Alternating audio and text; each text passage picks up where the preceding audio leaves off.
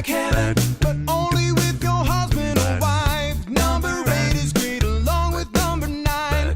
Don't steal from others and don't ever lie. And if your friend has something that you think is cool, don't ever wish that it was yours. And that's the final rule in the 10 Commandment boogie. Gonna dance until I die. 10 Commandment boogie, you can do it, so can I. If you follow through, you'll be amazed what you can do. So get your groove on with us tonight. We'll do the 10 Commandment boogie, the boogie, the 2 Commandment boogie, do the boogie, the boogie, the 10 Commandment boogie, do the boogie, the boogie, the 10 Commandment boogie. It's the boogie, the boogie, the 10 Commandment boogie.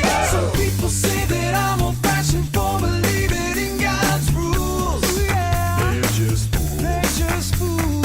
The Bible, yeah, that's the book for me, and it's full of unbelievable truths.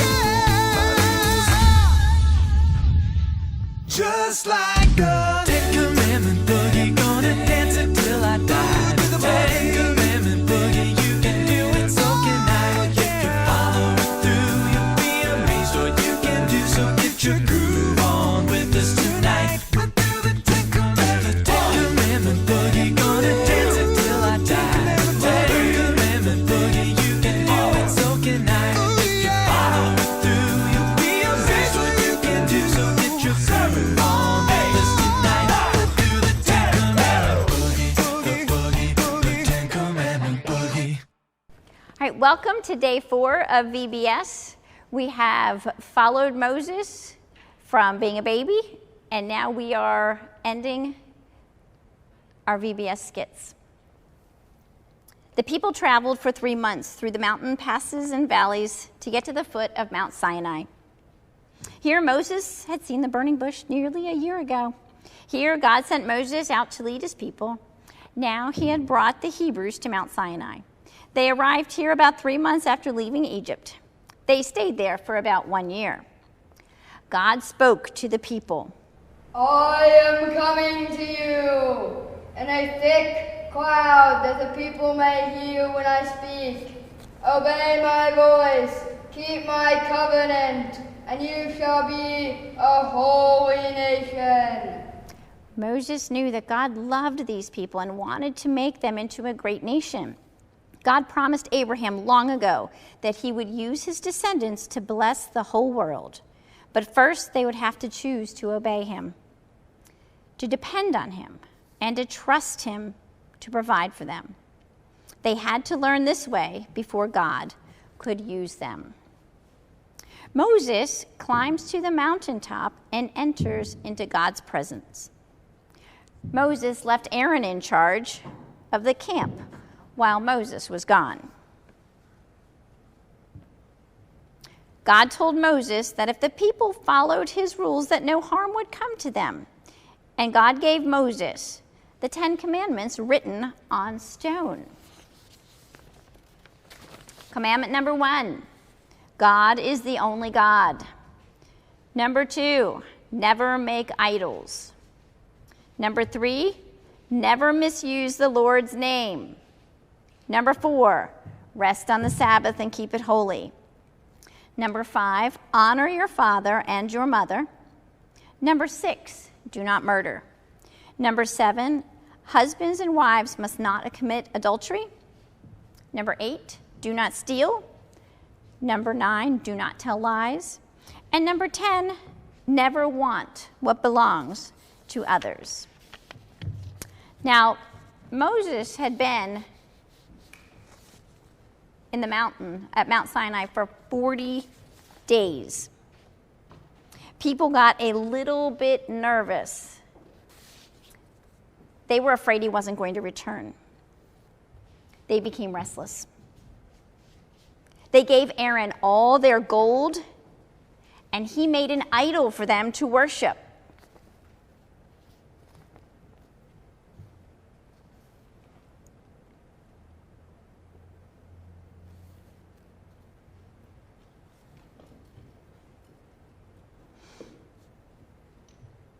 Moses came down from the mountain.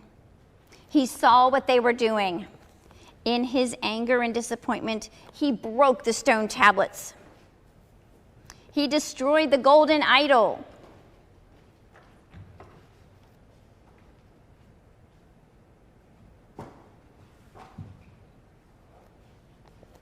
He told the people, "You have sinned, and I will pray for you."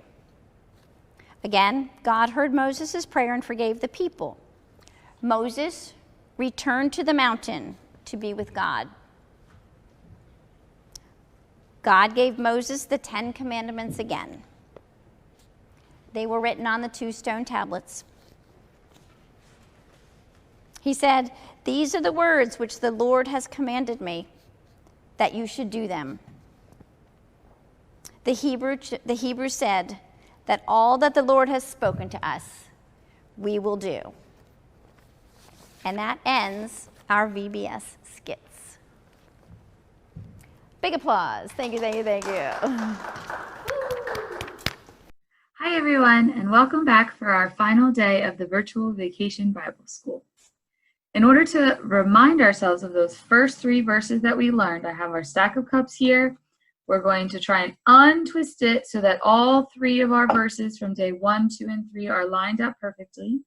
We started with 1 Peter 4, verse 10. I don't think it started with praise or God. So in the middle here, I have the word each. So each, and if you keep spinning, each cares, or each of, I think that sounds best. 1 Peter 4:10, each of you has his, been, or so. Each of you has been, sounds like what I remember. Each of you has been blessed with the one or your. Have we been blessed with our worries? No. Blessed with one wonderful? No. Blessed with one of. That's what I remember for 1 Peter 4:10. One of God's wonderful gifts. Okay. And then if I rotate it a little bit, day 2 was 1 Peter 5, verses 7. And going down the column, because we lined up that first one, we could quiz ourselves again and mix it all up, or you can just go straight down. It says, God cares for you, so turn all your worries over to God. I know sometimes when I'm worried, that reminder just makes me feel so much better. Okay, and then our final verse that we talked about yesterday came from Psalm 107, verse 8, and this is when we made our puzzle. It said, praise the Lord for his love and the wonderful things he does. So now you might be wondering, our cup is pretty full. We're not going to be able to write a 4th verse for today. So we're going to get a little bit creative, and we're going to play a game with it. So I still have my stack of styrofoam cups. I still have my permanent marker. And then today, I want you to find something that's kind of like a ball. So it could be, maybe you get a tennis ball. You could maybe use one of the balls that your dog plays with. This is just like a squishy thing, but it's soft. It's not going to break anything if I were to hit something with it. Okay.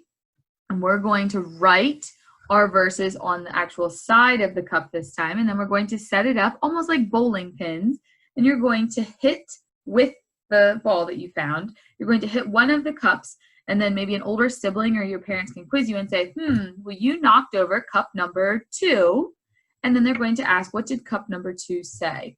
So I have gone through and I've numbered my cups. The one that we wrote our verses on would be cup 0. The one that we wrote each, praise, and God is cup number 1. And our verse for today is actually multiple verses. It comes from Exodus chapter 20. And this is the 10 commandments that we are given from God. So the rules or the expectations that he has for us. So we're going to go in order on cup number 1. Our first commandment is that there's no other gods besides our God.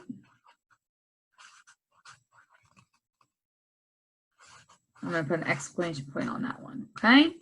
So cup number 1, around the rim it says God, praise, and each, because those were the first words in our first 3 verses. And then around the actual part of the cup up here, it says no other gods besides God. Okay, and then I'm just going to set it off to the side over here. Cup number 2 around the rim says the, of, and cares. And our second commandment, or second rule from God, says that you worship only God. So we don't want to be worshiping money or worshiping video games, or maybe you worship a car, or someone might worship their job. We want to worship only God. That's commandment number 2. Okay, and I'm going to set it off to the side. This is how we're making our bowling pins. Cup number 3 is Lord, you, and 4. But our third commandment is to always treat God's name with respect. Always treat God's name. Sometimes you might hear that says don't use God's name in vain. Okay, always treat God's name with respect. Okay, I'm going to set that off to the side. Cup number 4 had 4, has, and you, but on the side of our cup here, I'm going to write have a day to rest. Okay, so that's when we keep our Sundays holy. Have a day to rest. Okay, we want to take some time to thank God for the other 6 days in our week. Okay, cup number 5. This one might be the most difficult for some of our friends. It says his, been, and so, and we're going to write obey your parents. That's an actual expectation that we have from God. It's not just our parents that want us to listen to them. It's God that wants us to listen to them too. Okay, obey your parents. Cup number 6 says love, blessed, and turned, and it says do not hurt others. Okay, again, that maybe just seemed like a rule that you had at school, but it's actually a rule we have from God. Don't hurt others. Some people can hurt with words, some people can hurt with their hands, and some people can hurt with objects, but we're not supposed to hurt others. Okay, so I'm creating a collection of my bowling pins over here. Cup number 7 says and, with, and all. We're going to write keep your promises. So if you promise you're going to do something, you don't want that to turn into a lie, so make sure that you actually follow through with it. I promise I'll clean my room. Make sure you go clean your room. Keep your promises. And then maybe if you have a promise you make to God, I promise that I will pray more often. Make sure you keep your promises. Number 8 has the, one, and your written around the rim, and we're going to write don't steal. Okay. That's a law or a rule that we already have, but it's something that God expects of us too, that we don't steal and take things that don't belong to us. Number 9, wonderful, of, and worries, and up top we're going to write always tell the truth. Okay, so that kind of goes back to when we said to keep your promises. You don't want it to turn into a lie because you didn't tell the truth. Always tell the truth, even when it's hard to do. Okay? Cup number 9. And a little trick to distinguish our 6 from our 9, I put a little line underneath so that when pin number 6 gets knocked over, we know that it's don't hurt others. And when number 9 gets knocked over, it's always tell the truth. Okay? And then there are 10 commandments. So we only need 1 more of our cups for today. We wrote things, gods, and over.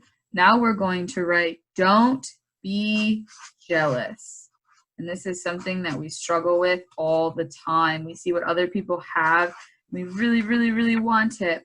But God is calling us to not be jealous. Okay? And then I'm going to set them up. So they kind of look like we're at the bowling alley. Okay, so here we have our 10 commandments spread out. This comes from Exodus chapter 20. I have cup 0, 11, and 12 just sitting over here to the side because we won't need those to play our bowling game. Okay, and then I did mix them up so it doesn't go in order. Commandment 1, 2, 3. It's like 7, 8, and then 1, 5, 3, 4, 6, 10, 9. Okay, and then if you're playing this inside your house or outside, I suggest that you take maybe about 8 to 10 steps back so that you give yourself a little bit of a challenge. I'm going to stand behind the computer and I'm going to toss my soft, silly ball and see which commandment I knock over. And then I'm going to try and remember what that commandment says. Okay? So without looking at the sides of my cup, right, I see that this is commandment number 9.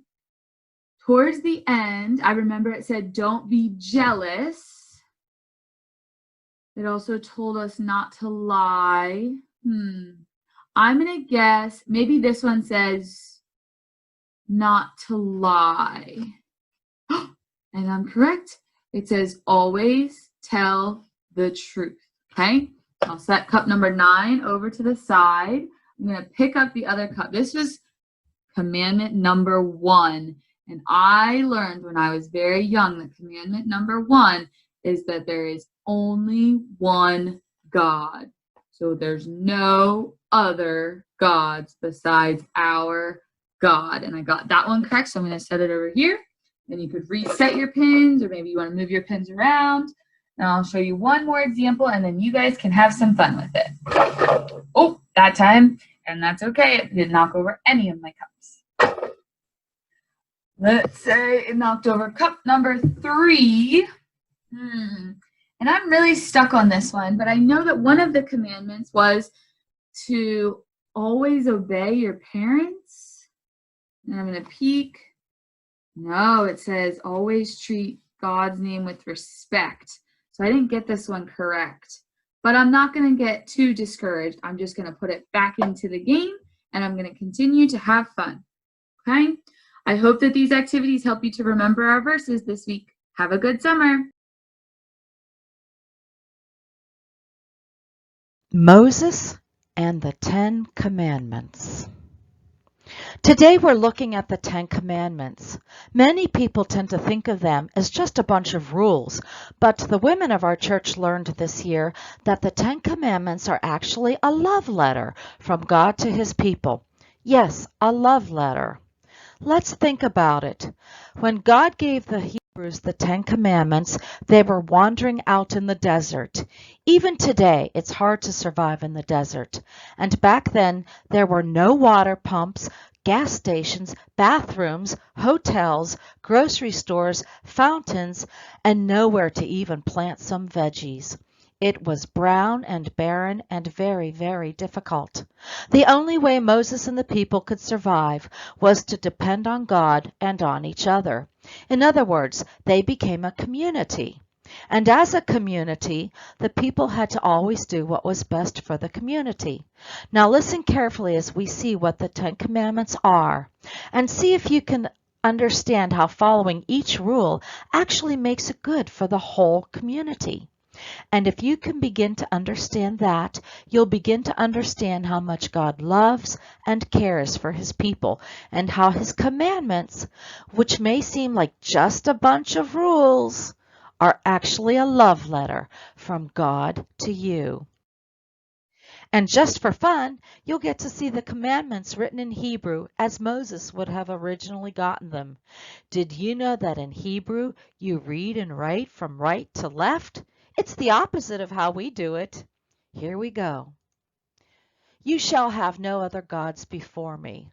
Our God is the only God that's worthy of worship, and He wants nothing else to crowd Him out. He doesn't want you too involved in video games or television shows, working or trying to make money, sports or trying to be famous, or anything else that crowds Him out. He should be central in your life.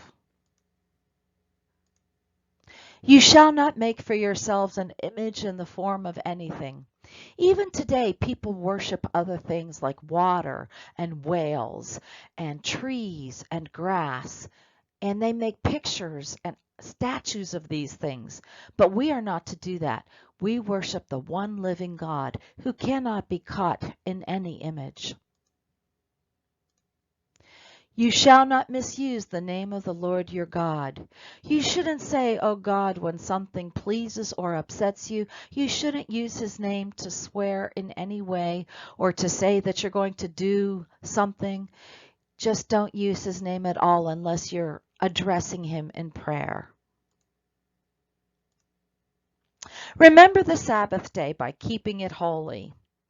Yes, sometimes the Sabbath can get crowded out with other things. Sometimes people actually have to work on the Sabbath. But if you set aside time that is just God's, time to think about God, worship God, read God's word, and pray to God, you keep that day holy. And if you can do that on the Sabbath day, so much the better. Keep it holy. Honor your father and your mother. Of course you love your father and your mother a lot, but sometimes you get mad at them, or sometimes you think they don't know all that they should, or you think you know better than they do. God put them there for you, and you are always to honor them. Even at the point which you are old enough to move out of the house and live on your own, you should always honor your father and your mother. You shall not murder. This is pretty straightforward. The taking of any human life is not a good thing. Yes, sometimes you might have to defend yourself, but that's the only circumstance. You do not kill people just because you don't like them or you don't like the type of people they are or anything like that. You shall not murder. You shall not commit adultery.